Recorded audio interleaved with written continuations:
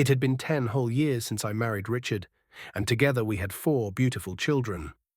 Throughout those years, the rumors of Richard having side chicks had been a constant torment in my life. Every time I heard different things about my husband, I got so angry that my hands would tremble and my heart would pound against my chest. Whenever I confronted him about it, he always denied everything with such conviction that I almost believed him. At those moments, I wouldn't even know who to believe anymore, but deep down in my heart, I knew my husband had something up his sleeves. The day I finally saw the messages from one of his side chicks with my own eyes, I confronted him again with the evidence right in his face. He pleaded desperately, saying he wouldn't do it again, claiming that he had been seduced and that it meant nothing. Against my better judgment, I forgave him, and since then, we had been fine, or so I thought.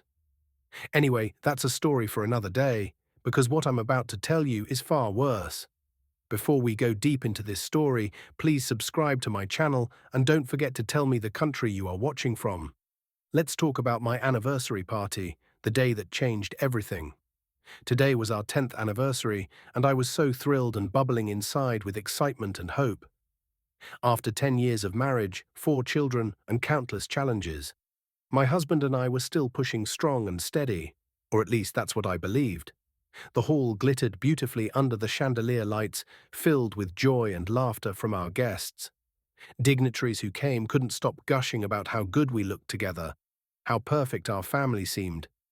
To them, we were the ideal couple, without a single stain or blemish on our reputation. But that stain, the one I had been trying so hard to hide, decided to grow wider and more visible today. We were still enjoying the party, dancing and smiling for the cameras, when the big doors to the hall suddenly flew open with a loud bang that silenced the music. A lady with blinding beauty walked in confidently, her heels clicking against the marble floor. Everyone turned immediately, staring in surprise and confusion at this unexpected guest. She wore a very short skirt that barely covered her thighs and a sexy blue top that left little to the imagination. Her lips were painted bright red, and her hair was elegantly styled in long flowing waves that cascaded down her shoulders. The murmurs started immediately as people tried to figure out who this mysterious woman was. "Who is that?" someone whispered loudly. "Wow, she looks so beautiful," another person said with admiration. "Is she one of the dignitaries?" a confused guest asked, looking around for answers. People murmured in confusion, their voices creating a buzz that filled the entire hall. Then, without a word, without a smile, without any acknowledgement of the hundreds of eyes on her, she began walking, purposefully toward where Richard and I stood at the center of the hall. Her eyes were fixed on us, like a predator stalking its prey. When she finally reached me, she stopped just inches from my face and looked straight into my eyes with a cold, hateful stare that sent chills down my spine. "Who are you?" I asked, trying to keep my voice steady despite the fear creeping into my heart. She didn't answer immediately. Instead, she took her time, looking me up and down with disgust written all over her face. Then she spoke, her voice loud and clear enough for everyone around us to hear. "I came to warn you to stay away from my man." She spat out boldly, her words hitting me like a physical blow. I stared at her in complete shock, unable to process what I had just heard. "Are you mad? And which man are you possibly talking about?" I asked, my voice rising with anger and disbelief.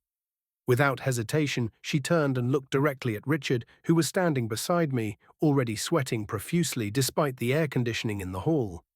His face had gone pale, and I could see the panic in his eyes. "Richard, of course, your husband," she said with a cruel smile. "I'm his side chick, his real woman. So you better stay away from him because he's supposed to be mine. I don't share what's mine," she declared firmly, her voice filled with possessive rage that shocked everyone listening. I chuckled angrily, the sound coming out harsh and bitter.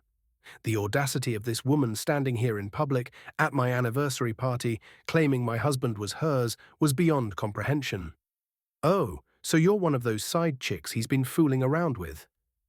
Well, let me make something very clear to you right now. I'm the one who should be saying that to you because I am his wife. His legally married wife.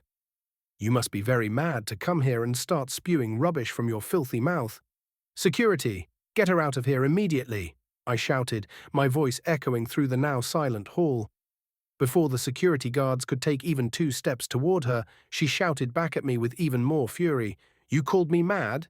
You have the nerve to call me mad? Don't worry, you'll see what a mad person can really do." Her words hung in the air like a threat, and I should have known something terrible was about to happen.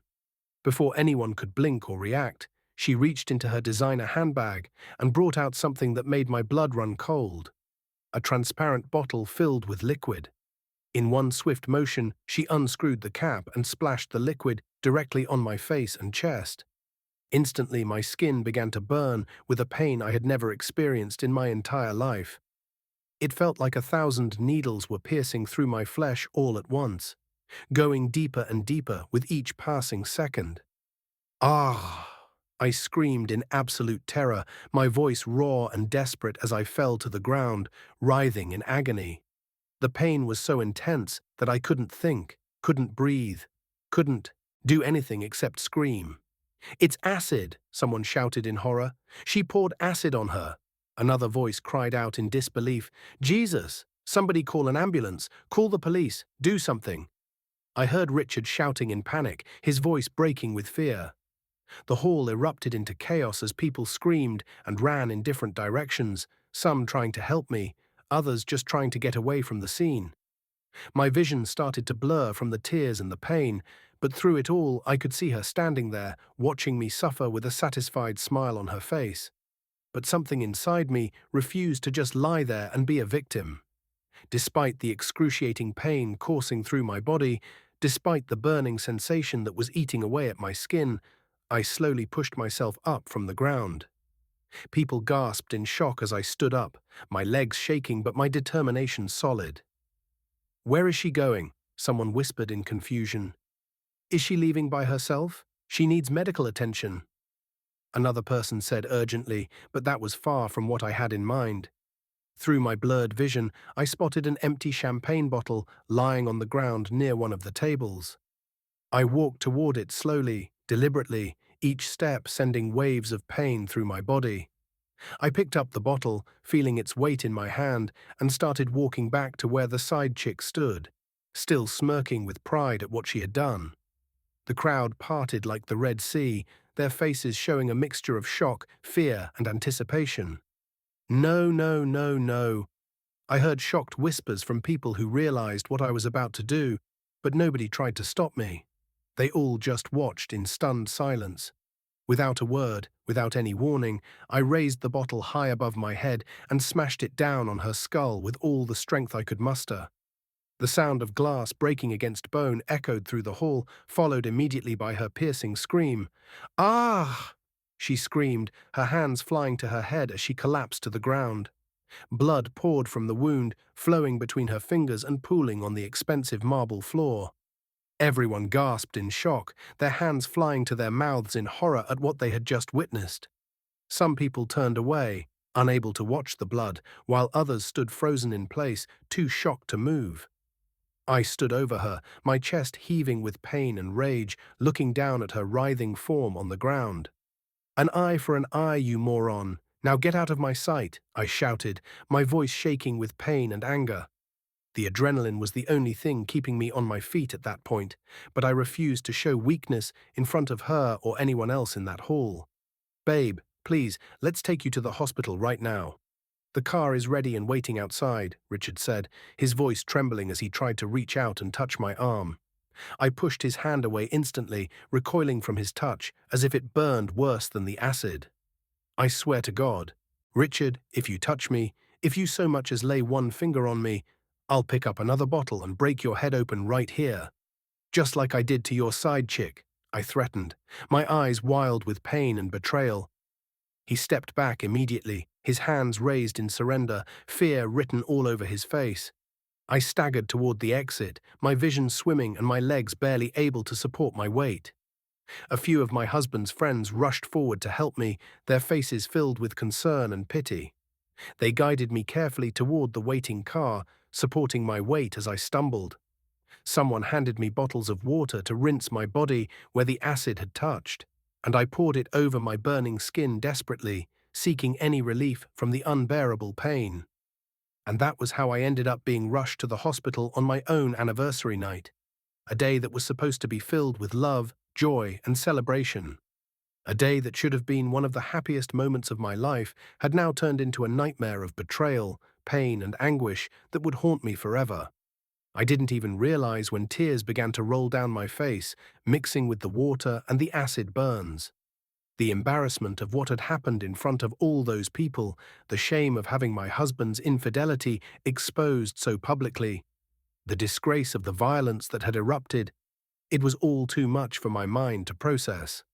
My reputation was ruined, my face was destroyed, and my marriage was hanging by a thread. Now, sitting in that car speeding toward the hospital, I found myself utterly confused about what to do next. My people, I need your advice desperately. What should I do in this situation? Should I divorce my husband because of his side chick and her actions? Or should I stay and fight to protect my marriage and my family? The questions swirled in my mind as darkness began to creep in at the edges of my vision, and I finally allowed myself to lose consciousness. When we reached the hospital, I was immediately rushed into the emergency room where a team of doctors was already waiting. They examined me quickly and thoroughly, their faces grave as they assessed the damage. After what felt like hours of examination and treatment, the head doctor finally came to speak with me. He told me that the acid had burned through several layers of my skin in multiple places, including parts of my face, my chest, and my arms. However, he assured me that luckily it wasn't life-threatening and that my eyes had been spared any damage, which was a miracle given how close the acid had come to them. They began treatment immediately, cleaning the wounds carefully and applying special ointments and bandages. The doctor promised me that with time, patience, proper care, and possibly some plastic surgery in the future, I would heal. However, he warned me gently that the scars might never fully fade, and I would likely carry these marks for the rest of my life as a reminder of this terrible day. I could not believe this had actually happened to me, that my life had changed so drastically in just a few seconds. All because of a cheating husband who could not keep his pants zipped or his eyes on his own wife. In a short while, Richard came running into the hospital, panting heavily as if he had run all the way there. His clothes were disheveled, and his eyes were red and puffy from crying. "My love, how are you? What did the doctors say? Are you going to be okay?" he asked desperately, reaching for my hand. I looked at him with very cold eyes, colder than I had ever looked at anyone in my entire life. The anger I had tried to suppress during the car ride rose again with a vengeance, burning hotter than the acid that had scarred my skin. "Who's your love? Who exactly are you calling your love?" I asked icily. "Richard, so you've been busy cheating on me behind my back once again. After you promised me several times, on our children's lives, on our marriage, that you would change and be faithful to me," I said, my voice getting louder with each word. He reached toward me again, his face crumpling with guilt and desperation. "Babe, let me explain. Please just let me," he started to say, but I cut him off sharply before he could finish his sentence. "Don't touch me. Don't you dare put your filthy hands on me," I snapped, pulling away from him as far as the hospital bed would allow. "Why did you even come here, Richard? What's the point of you being here now? Look at what your side chick has done to my face and my skin. Look at these burns. And you stood there, Richard. You just stood there watching everything happen. You allowed her to humiliate me in front of everyone. You allowed her to destroy my face, my body, my dignity. You allowed her to humiliate us, to destroy everything we built together," I shouted, not caring who heard me in the hospital corridors. My voice echoed off the walls, filled with pain and betrayal that had been building for 10 long years. Nurses peeked in through the door, their faces sympathetic, but nobody dared to interrupt this confrontation between husband and wife. "Babe, I'm so sorry. Please, please forgive me. I swear on everything I hold dear, I did not mean for any of that to happen. I love you, I truly do. Please, find it in your heart to forgive me," he pleaded, getting down on his knees beside my hospital bed. Tears were streaming down his face now, and his whole body was shaking with sobs. But I looked at him coldly, unmoved by his tears or his pleas. I had seen this performance before, heard these same words, made these same mistakes of believing him too many times. You want me to forgive you? Again, Richard. You must be completely out of your senses if you think I'm going to fall for this act one more time. Now get out of my sight, leave this room immediately. I want to be alone, I told him firmly, turning my face away so I wouldn't have to look at him anymore. He stood up slowly, his legs seeming to barely support his weight, and looked at me with pleading eyes one last time, hoping I would change my mind. When he saw the determination in my face, he finally walked out of the hospital ward with his head down and his shoulders slumped in defeat. A few weeks later, after numerous treatments and painful sessions of cleaning and redressing my wounds, I was finally discharged from the hospital. I was physically better than I had been that first night, able to walk and move without assistance, but the scars were still there, angry and red against my skin. The doctor repeated his earlier warning that it would take several months, possibly even years, for them to fade to a less noticeable state. Richard came to pick me up from the hospital that day, driving up in our family car and getting out to help with my bags. I did not give him even a single glance as I climbed into the car, keeping my eyes fixed straight ahead. He tried to strike up a conversation during the drive home, talking about the weather, the children, his work, anything to break the heavy silence between us. But I ignored every attempt, responding to none of his comments, until he finally gave up and drove the rest of the way in uncomfortable silence. When we reached our house, I walked straight through the front door and closed the bedroom door firmly behind me, making it clear that he was not welcome to follow. That night, Richard and I didn't sleep in the same room for the first time in our 10 years of marriage. In fact, when I woke up the next morning, feeling slightly better after a full night's rest in my own bed, he was nowhere to be found in the house. I searched the living room, the kitchen, even his study, but there was no sign of him anywhere. I assumed he had gone to work early to avoid another confrontation with me. Not long after I had made myself some tea and was sitting in the living room trying to process everything that had happened, the front door suddenly flew open with such force that it banged against the wall. Lillian, my best friend since university, came running in, panting heavily with shock and fear written all over her face.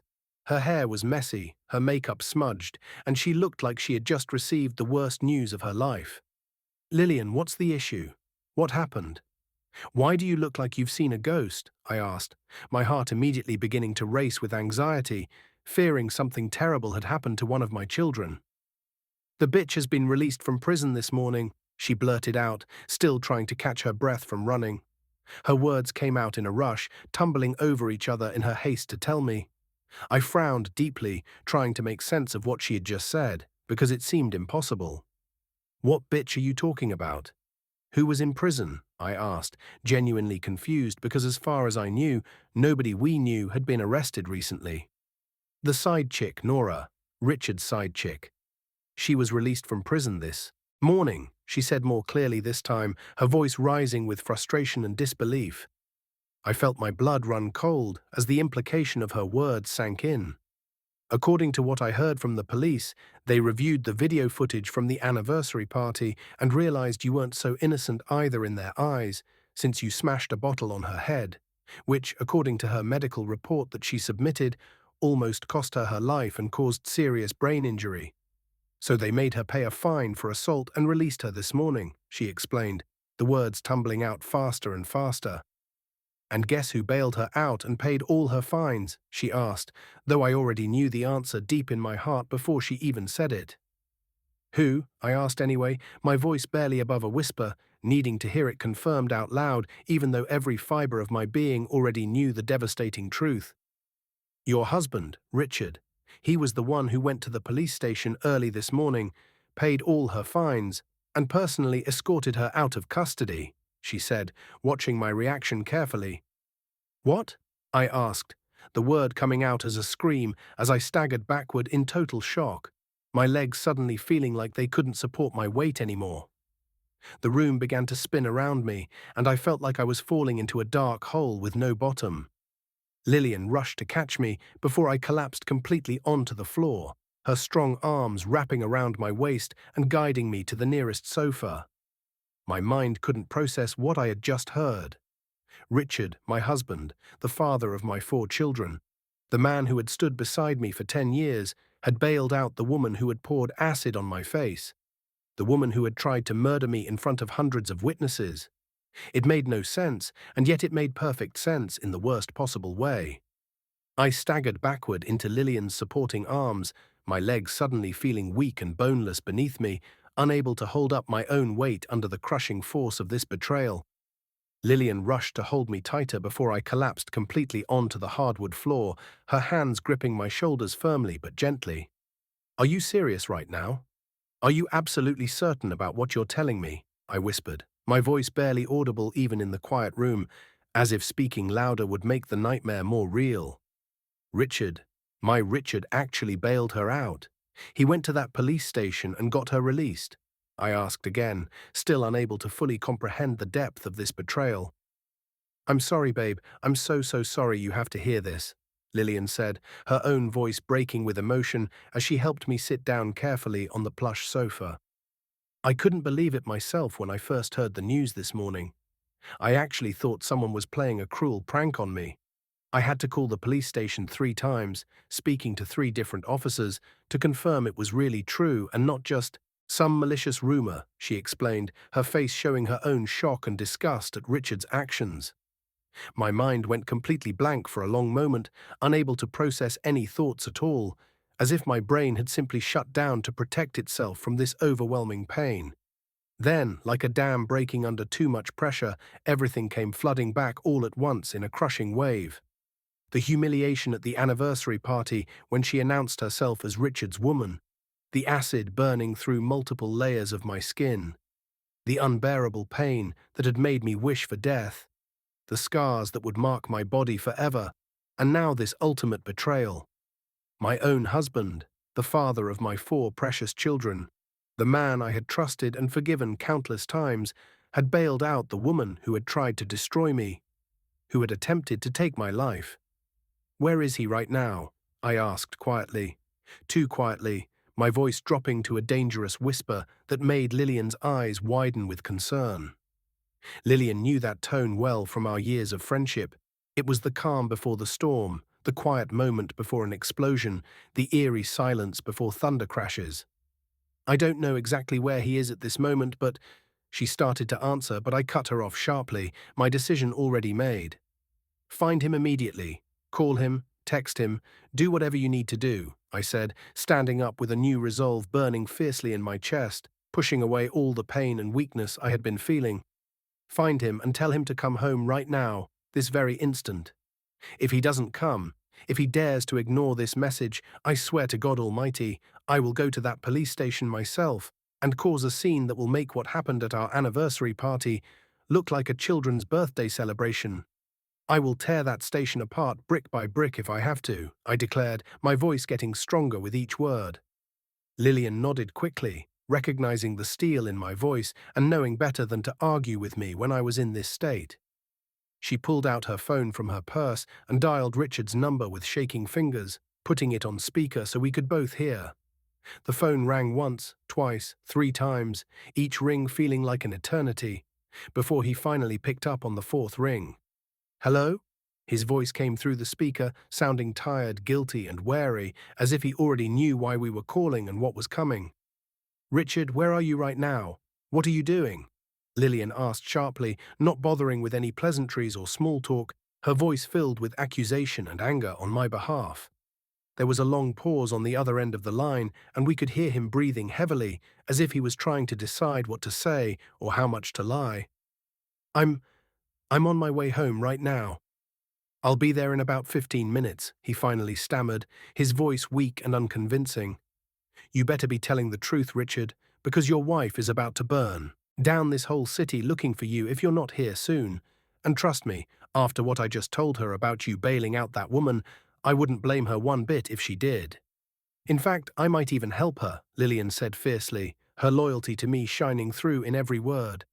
She hung up before he could respond or make any excuses, cutting off whatever lies he might have been preparing to tell.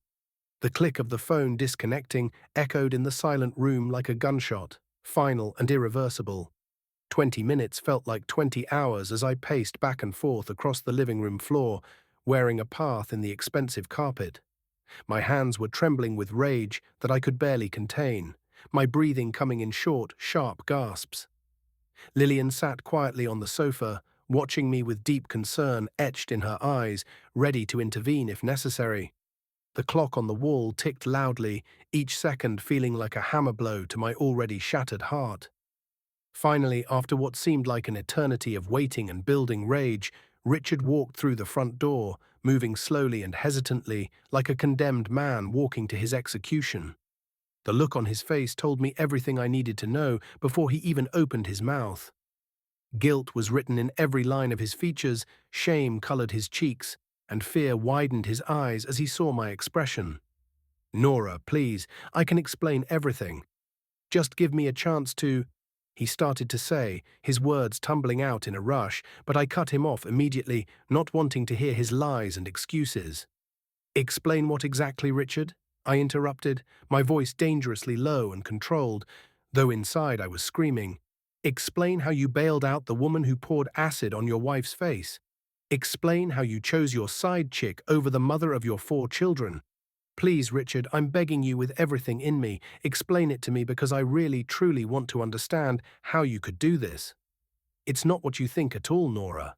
You have to believe me," he said desperately, his hands raised as if to ward off my anger, taking a step closer to me, but stopping when he saw my face.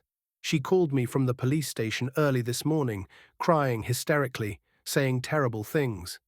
She said she was going to die in there, that the other prisoners were threatening her, that she couldn't breathe, that she was having panic attacks. She said she was sorry for everything, that she didn't mean for things to go that far, that she just lost control.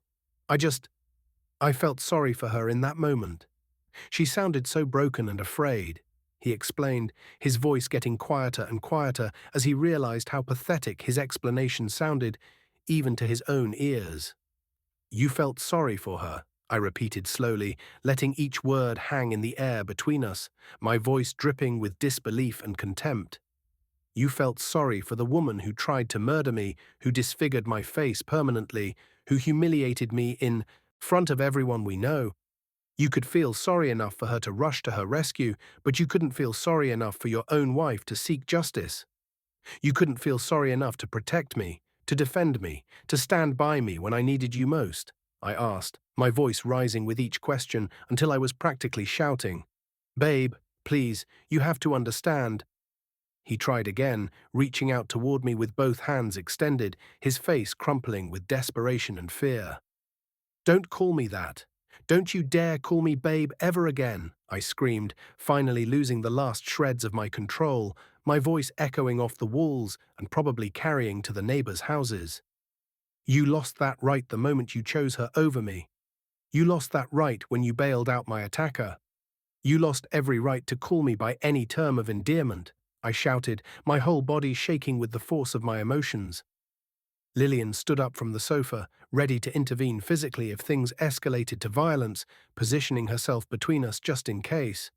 But I raised my hand sharply to stop her, signaling that I had this under control, that I needed to handle this myself. "Richard," I said, my voice now cold and steady, all the screaming rage crystallizing into ice-cold determination.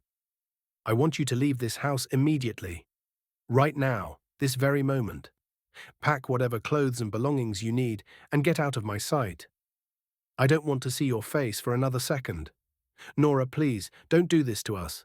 Think about the children, think about our family that we built together over 10 years. He pleaded, his eyes beginning to water with tears that I no longer believed were genuine. "Think about everything we've been through, all the good times we've had. We can work through this, like we've worked through everything else. Please don't throw away 10 years of marriage," he begged, his voice breaking as he dropped to his knees in front of me, his hands clasped together in supplication. "The children?" I laughed bitterly, the sound harsh and painful even to my own ears. "Now you want to think about the children? Where was this concern for our family when you were cheating on me repeatedly? Where was this concern when your mistress humiliated me and poured acid on my face in front of hundreds of people, including some of our children's friends' parents? Where was this concern when you bailed her out of jail, knowing that it would devastate me? I demanded, firing each question at him like bullets. Where was your concern for our family during all of those times, Richard? Answer me, I shouted, my voice raw with pain and anger that had been suppressed for far too long. I made a terrible mistake, a huge error in judgment, he started to say, but I couldn't bear to hear any more of his pathetic excuses and justifications. No, Richard, absolutely not. A mistake is forgetting to buy milk from the grocery store when I asked you to. A mistake is being late for dinner because of traffic. A mistake is forgetting our anniversary date, I said, my voice dripping with contempt. What you did was not a mistake at all. It was a choice, a deliberate decision. You chose her again and again and again, every single time. You chose her when you started the affair. You chose her when you continued it despite your promises. You chose her when you let her humiliate me, and you chose her when you bailed her out of jail. And now, finally, after all these years of forgiving you and taking you back, I'm choosing me. I'm choosing my dignity, my self-respect, my mental health, and my children's future, I declared, feeling a strange sense of clarity and power washing over me despite the pain. What does that mean exactly? What are you saying? He asked, his voice shaking with fear as he began to understand that this time was different, that I wasn't going to forgive and forget like I always had before. It means I'm done with you, done with this sham of a marriage. I'm done forgiving you only to have you betray me again. I'm done pretending everything is okay when it's clearly not. I'm done being the understanding, patient wife while you continue to disrespect me and our marriage vows, I said firmly, each word falling like a hammer blow. It means I'm filing for divorce, Richard. Our marriage is over. I want you out of this house today, and I want you to stay away from me while I figure out the custody arrangements for our children, I declared, feeling the weight of those words, but also feeling strangely lighter, as if a massive burden had been lifted from my shoulders. Richard's face went completely white, all the color draining from his cheeks as if someone had pulled a plug. You can't be serious. You can't mean that. Nora, please, I'm begging you, he whispered, tears now streaming freely down his face, his whole body beginning to shake. I am completely serious. More serious than I've ever been about anything in my life. Now get up off your knees and pack your things. I want you gone within the hour, I said coldly, turning away from him because I couldn't bear to look at his face anymore, couldn't risk my resolve weakening if I saw his tears. He stood up slowly, his legs trembling so badly he had to grab the back of a chair to steady himself. This isn't over, Nora. I won't give up on us, on our family. I'll prove to you that I can change, that I'm worth another chance, he said, his voice filled with desperate hope. Save your breath, Richard. I've heard all of this before, too many times to count. Your words mean nothing to me anymore. Only actions matter, and your actions have shown me exactly who you are and what I mean to you, I replied without turning around, keeping my back to him. Now go before I call the police and have you removed from this house. Don't make this harder than it needs to be, I added, my voice firm and unyielding. I heard him stand there for a few more seconds, probably hoping I would turn around, that I would change my mind, that I would break down and forgive him one more time like I always had. But I didn't move, didn't speak, didn't give him any hope that things would go back to the way they were. Finally, I heard his footsteps moving toward our bedroom, heard drawers opening and closing, heard the sound of clothes being stuffed into bags, heard his muffled sobs as he packed. Lillian came and stood beside me, placing her hand gently on my shoulder in silent support and solidarity. You did the right thing, Nora. You're so strong, stronger than you even know, she whispered, her own voice thick with emotion. I know this is incredibly hard, but you'll get through this. I'll be right here with you every step of the way, she promised, and I felt grateful for her unwavering friendship. About 30 minutes later, Richard emerged from the bedroom, carrying 2 large suitcases and a duffel bag, his eyes red and swollen from crying. He walked toward the front door slowly, stopping to look back at me one last time. I love you, Nora. I always have and I always will. Please don't forget that, he said softly, his voice breaking on the last word. I finally turned to look at him, really look at him, and for the first time in years, I saw him clearly without the filter of love and hope clouding my vision. If this is what you call love, Richard, then I don't want it anymore. Real love doesn't betray, doesn't lie, doesn't choose someone else over the person they vowed to cherish. Now go, I said quietly but firmly, pointing toward the door. He stood there for a moment longer, perhaps hoping for a last-minute reprieve that never came, then turned and walked out the door, closing it softly behind him. The sound of the door clicking shut felt final, like the closing of a chapter in my life. I stood frozen in place, listening to his car starting in the driveway, listening to the sound of the engine fading as he drove away. And then there was silence. Complete, absolute silence that filled the house like water filling a cup. I didn't realize I was crying until Lillian pulled me into her arms, and then the dam broke completely. All the pain, all the anger, all the betrayal, all the hurt that I had been holding back came flooding out in great heaving sobs that shook my entire body. Let it all out, babe. Just let it all out.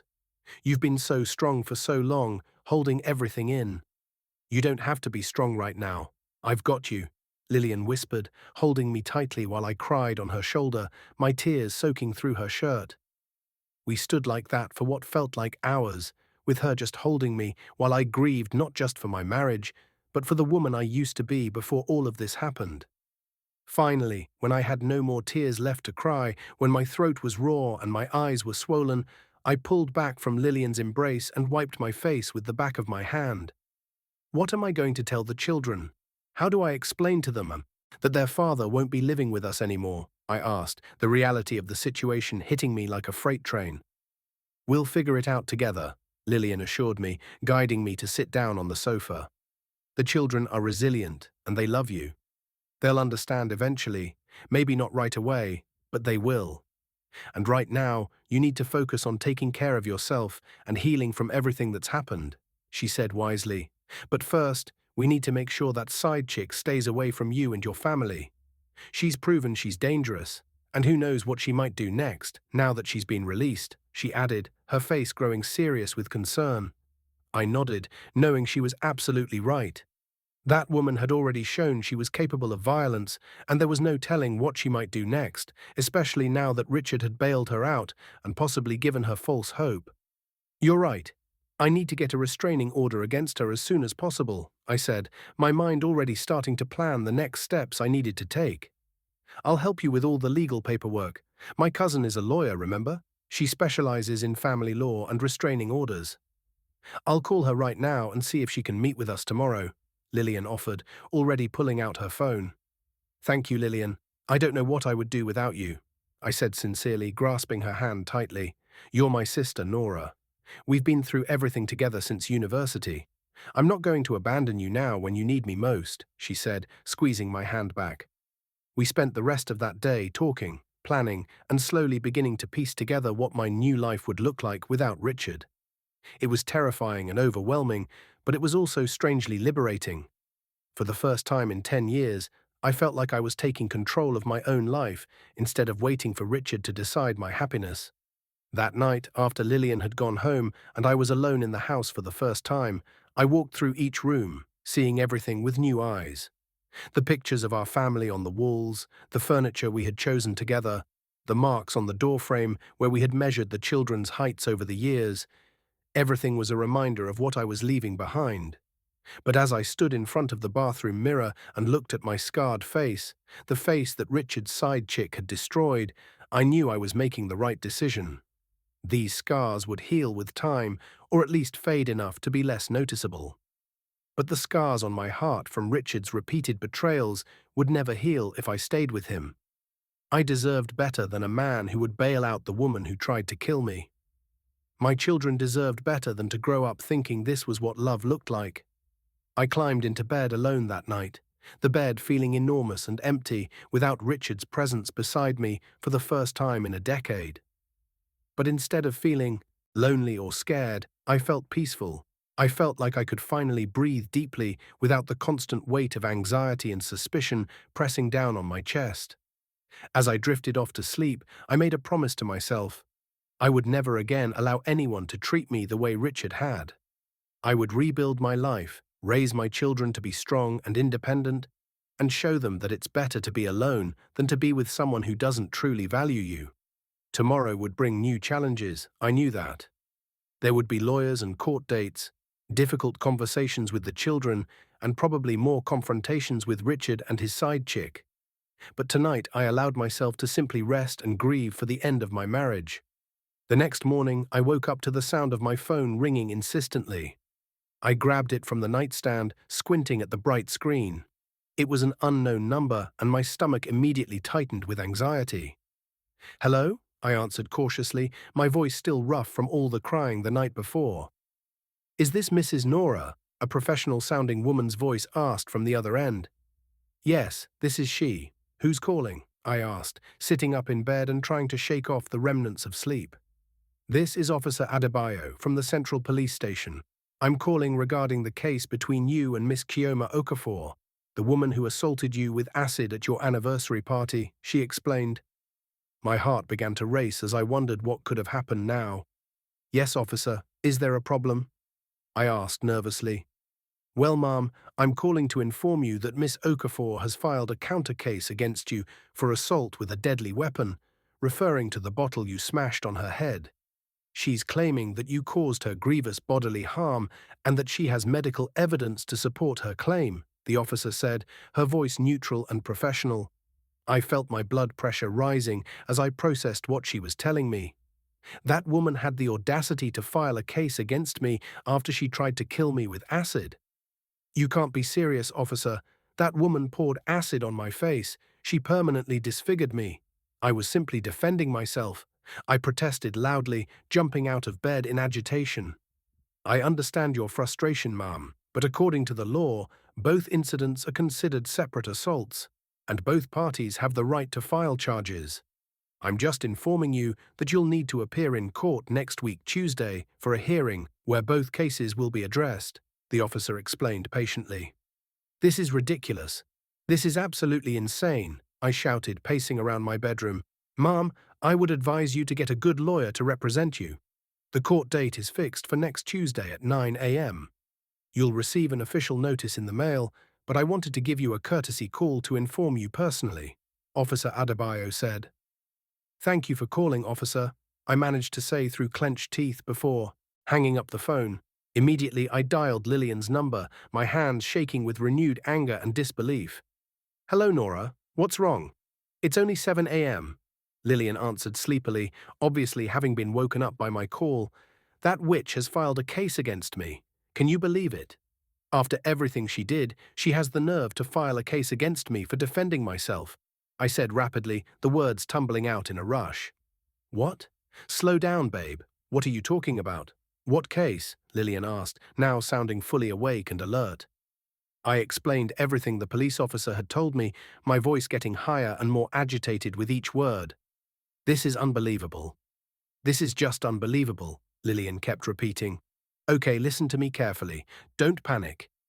Remember I told you my cousin is a lawyer. Her name is Barrister Funker, and she's one of the best in the city. I'm going to call her right now and explain everything. We'll meet with her today if possible. Don't worry, we're going to fight this and win," she assured me. "But what if I lose, Lillian? What if I end up going to prison for defending myself? What will happen to my children?" I asked, voicing my deepest fear. "That's not going to happen, Nora. You have the truth on your side, and you have witnesses. Everyone at that party saw what she did to you first. Don't lose hope now. We're going to fight this together," Lillian said firmly. True to her word, Lillian called me back within an hour to tell me that Barrister Funk had agreed to meet with us that afternoon in her office. I spent the rest of the morning trying to calm my nerves and organizing all the medical records and photographs from the hospital that documented my injuries. When afternoon came, Lillian picked me up and we drove to Barrister Funk's office, which was located in a tall glass building in the business district of the city. The office was impressive, with expensive furniture and certificates covering the walls, immediately giving me some confidence in her abilities. Barrister Funk herself was a woman in her early 40s, impeccably dressed in a sharp navy blue suit, her hair pulled back in a professional bun. She exuded confidence and competence. "Mrs. Nora, I'm so sorry about everything you've been through," she said sympathetically after Lillian had introduced us. and we had settled into the comfortable leather chairs in her office. Lillian has filled me in on the basic details, but I need you to tell me everything from the beginning, leaving nothing out, no matter how small or insignificant you think it might be. I need to know every detail of what happened that night and everything leading up to it. For the next 2 hours, I recounted everything.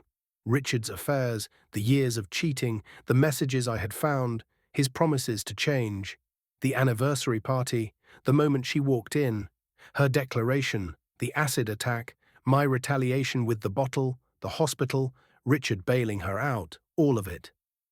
Barrister Funke listened intently, taking detailed notes on her yellow legal pad, occasionally asking clarifying questions. When I finally finished, emotionally exhausted from reliving all of it, she sat back in her chair and tapped her pen thoughtfully against her lips. "Okay, this is what we're dealing with," she began. "The prosecution will likely try to argue that while her attack on you was serious, your response was disproportionate and vindictive rather than defensive. They'll point out that you had the opportunity to leave or call security, but instead chose to arm yourself and attack her after the immediate threat had passed. However, we have several strong arguments in our favor," she said, her voice confident and reassuring. "First, we can argue temporary insanity or extreme emotional disturbance caused by the sudden and severe trauma of having acid thrown on you. Second, we have the element of self-defense. You genuinely believed you were in mortal danger and acted to protect yourself. Third, we have a courtroom full of witnesses who saw her attack you first without any provocation. And fourth, we have extensive medical documentation of the permanent damage she caused you," she explained methodically. "But what about her injuries? Won't the court take those seriously too?" I asked worriedly, remembering the blood pouring from her head after I hit her. "Yes, they will, which is why we need to establish a clear narrative. That you were a victim who acted in a moment of extreme trauma and fear for your life, not a vindictive attacker. We'll need character witnesses, your medical records, psychiatric evaluation showing the trauma you've suffered, and testimony from the guests at the party," Barrister Funk said, continuing to write notes. "I'm also going to file a counter-motion to have her case dismissed on the grounds that she was the initial aggressor and that your actions were purely defensive. Additionally, we should explore filing our own criminal charges against her for attempted murder, not just assault. What she did wasn't simple assault. Acid attacks can kill, and she clearly intended to cause you serious harm," she added, her eyes flashing with determination. I felt a spark of hope for the first time since receiving that call from the police. "So you think we can win this?" I asked tentatively. "Mrs. Nora, I don't just think we can win. I know we will. But I need you to be completely honest with me about everything. Is there anything else you haven't told me?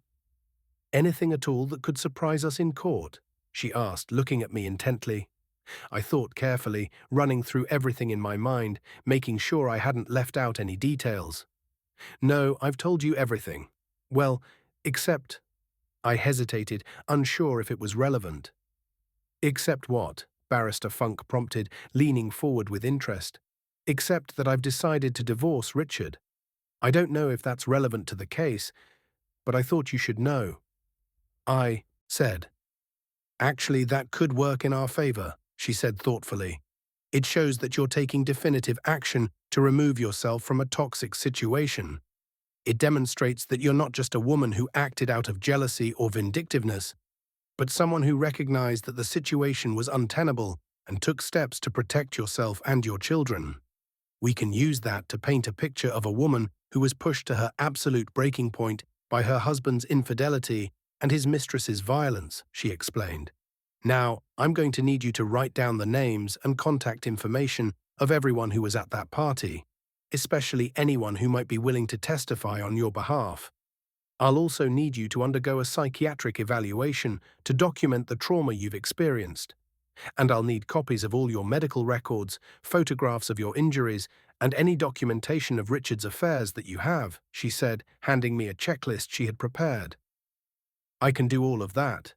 When do you need it?" I asked, feeling energized now that I had a plan and someone competent fighting on my side. "As soon as possible. We have less than a week before the court date, so we need to move quickly." I'm going to start working on the legal motions immediately, but I need you to gather all that evidence, she said. I'll have everything to you by tomorrow, I promised, determined to do whatever it took to win this case and put that woman behind bars where she belonged. Lillian and I left the office feeling much better than when we had arrived. See, I told you Funky was good. She's going to destroy that side chick in court, Lillian said confidently as we walked to the car. I just can't believe this is my life now. Fighting court cases, getting divorced, dealing with all of this drama. This isn't what I imagined when I got married 10 years ago, I said sadly, the weight of everything settling on my shoulders again. I know, babe, but you're handling it with so much grace and strength. You're going to come out of this stronger than ever, I promise you, Lillian said, putting her arm around my shoulders supportively. That evening, after Lillian had dropped me home, I sat down at my computer and began the task of compiling everything Barrister Funk needed. I made a list of all the guests from the anniversary party, noting who I thought would be most likely to testify on my behalf. I gathered all my medical records from the hospital, printing out every page and organizing them chronologically. I even went through Richard's laptop, which he had carelessly left behind in his hurry to pack, and found more evidence of his affairs, emails, messages, even hotel receipts. As painful as it was to see all of it laid out so clearly, I felt vindicated knowing that I had concrete proof of his betrayal. The next day, I drove to Barrister Funk's office and delivered everything she had requested. She looked impressed by how thorough I had been. This is excellent work, Mrs. Nora. With all of this evidence, we have a very strong case. I've already filed the motion to dismiss the charges against you and filed our own criminal charges against Miss Okafor for attempted murder. Now we wait for the court date, she said, her confidence reassuring me. Thank you so much for taking my case, barrister. I don't know what I would have done without you, I said gratefully. The days leading up to the court hearing were some of the most stressful of my life. I barely slept, constantly worrying about what might happen, what the judge might decide, whether I would be separated from my children. Richard called me multiple times, trying to convince me to drop the charges and take him back, but I ignored every single call. I had nothing to say to him anymore. He had made his choices, and now I was making mine. The night before the court date, I could barely eat dinner. My stomach was in knots, and my mind was racing with worst-case scenarios. Lillian stayed with me that night, sensing that I needed the support and company. We stayed up late talking about everything except the case, trying to keep my mind occupied and calm. Whatever happens tomorrow, remember that you have people who love you and support you. You're not alone in this, Lillian reminded me as we finally got ready for bed. I know. Thank you for being here. I mean it. You've been my rock through all of this, I said, hugging her tightly. That's what sisters are for, she said, smiling at me warmly before we both tried to get some sleep. The next morning, I woke up early, my heart already pounding with anxiety even before I fully opened my eyes. Today was the day that would determine so much about my future. I chose my outfit carefully, a modest navy blue dress that was professional but not too formal, paired with simple jewelry and minimal makeup to cover the fading scars on my face. Lillian helped me with my hair, styling it in a way that looked polished and put together. You look perfect, strong, dignified, and confident. That's exactly the image we want the judge to see, she said approvingly. We arrived at the courthouse 30 minutes early, and Barrister Funker was already there waiting for us, looking as impeccably professional as always. Are you ready? She asked me, her eyes searching my face for any signs of doubt or wavering. I'm ready, I said firmly, squaring my shoulders and lifting my chin. Let's go get justice. We walked into the courtroom together, and I immediately spotted Richard sitting in the back row, his face haggard and drawn. Our eyes met briefly, and I saw the regret and pleading in his expression, but I quickly looked away, focusing instead on the front of the courtroom where I would soon be fighting for my freedom and my future. Watch out for part 2.